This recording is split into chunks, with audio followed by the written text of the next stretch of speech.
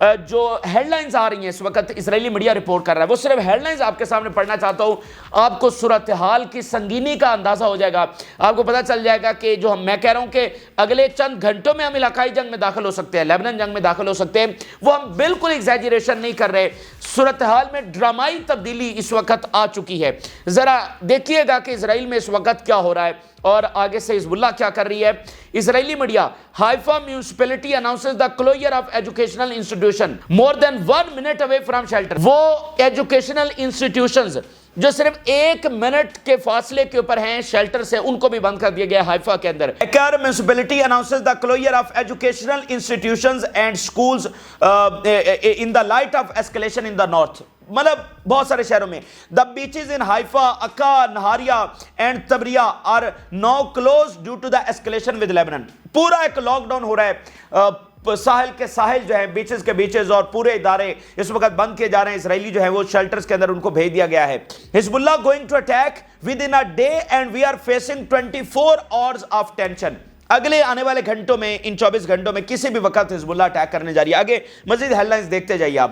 The alert in Israel is at its peak and the response of Hezbollah may not be delayed as happened after Shukr's assassination۔